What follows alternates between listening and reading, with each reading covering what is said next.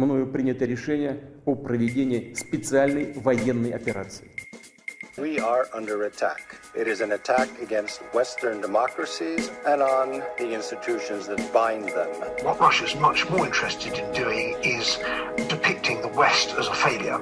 The regime and President Yanukovych, they were trying to protect their enormous wealth.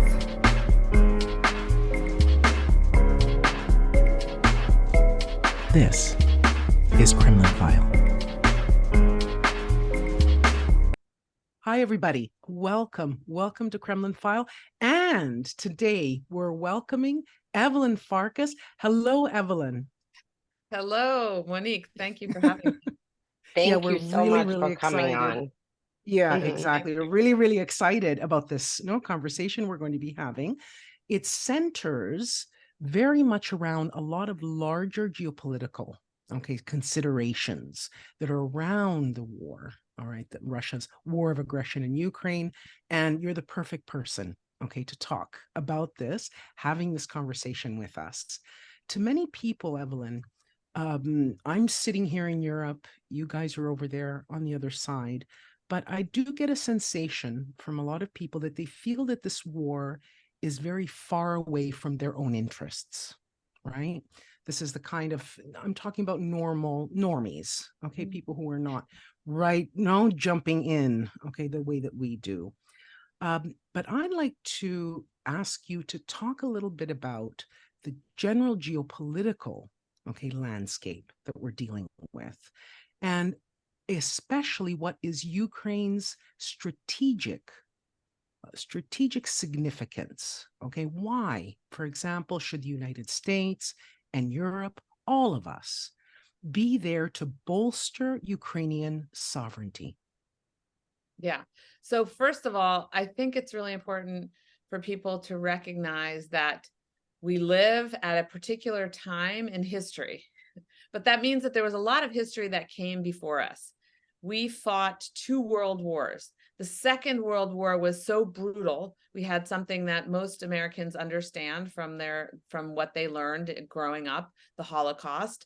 We also had Stalin brutally murdering people all over the former Soviet Union and Eastern Europe.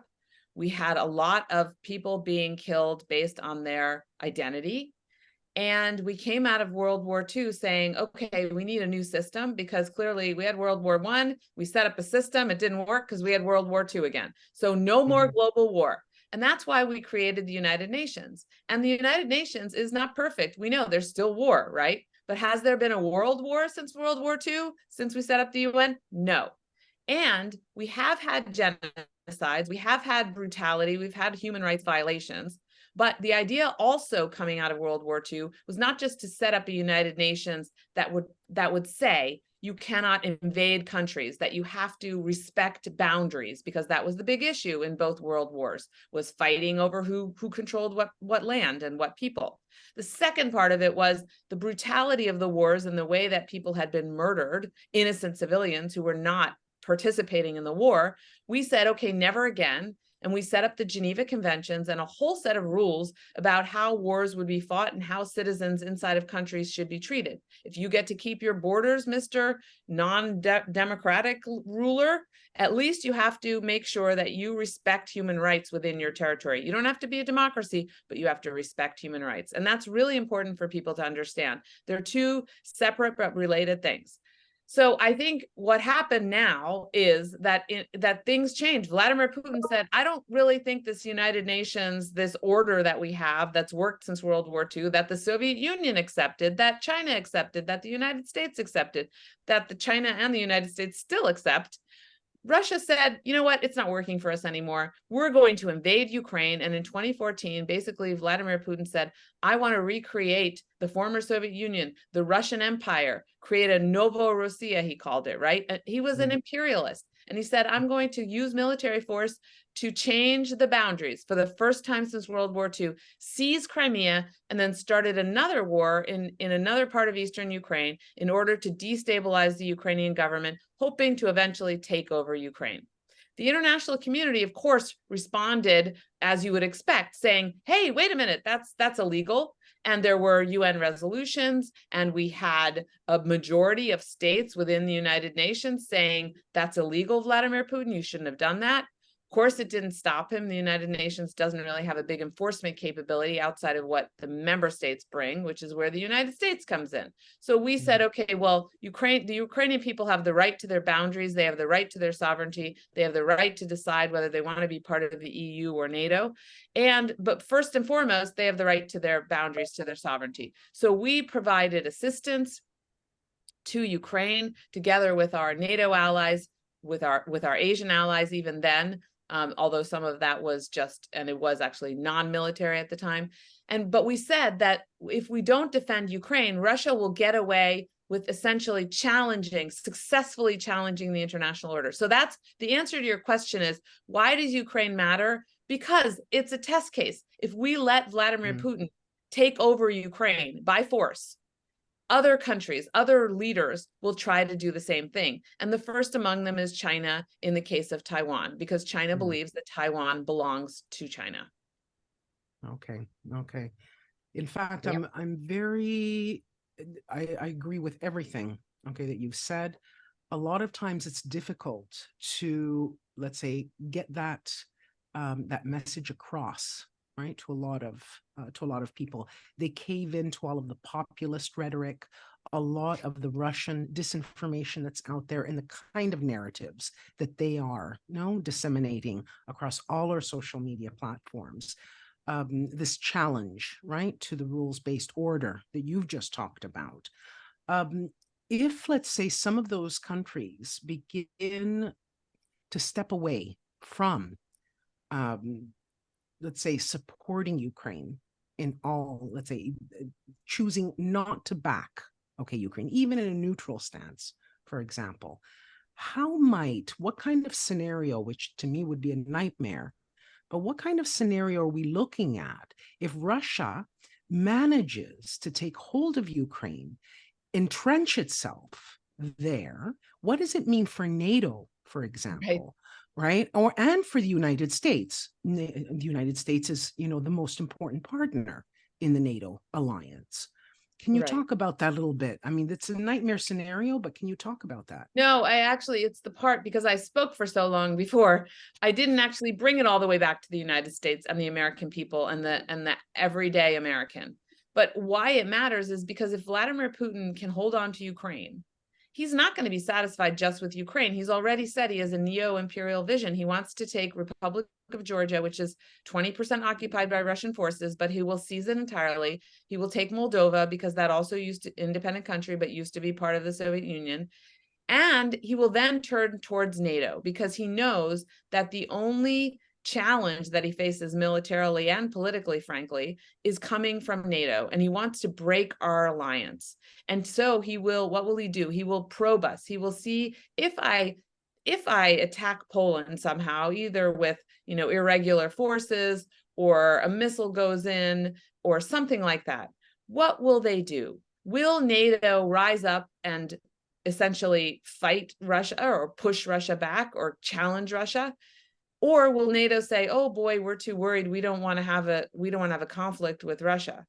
And if NATO says, "Well, we don't have a conflict with Russia," then there's nothing stopping Vladimir Putin from trying to essentially attack the Baltic states. It also encourages China and others.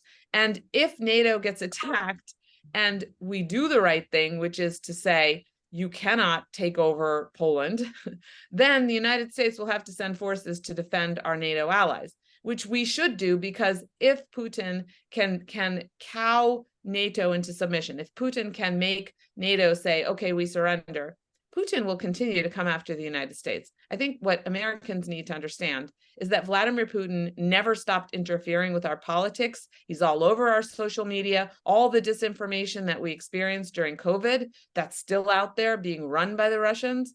The Russians are trying to bribe people. They're successfully probably bribing people as we speak in order to achieve their objectives. They're meddling in our elections constantly. We don't even know the half of it, because a lot of what the Russians did, going back to even 2016, hasn't been fully, I don't think, covered by the media.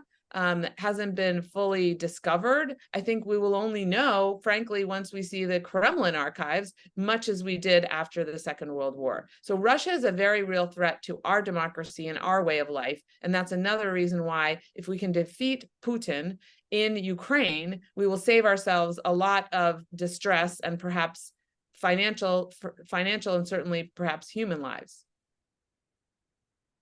And to add to that, I unfortunately, watch Russian media. However, I monitor, their propaganda.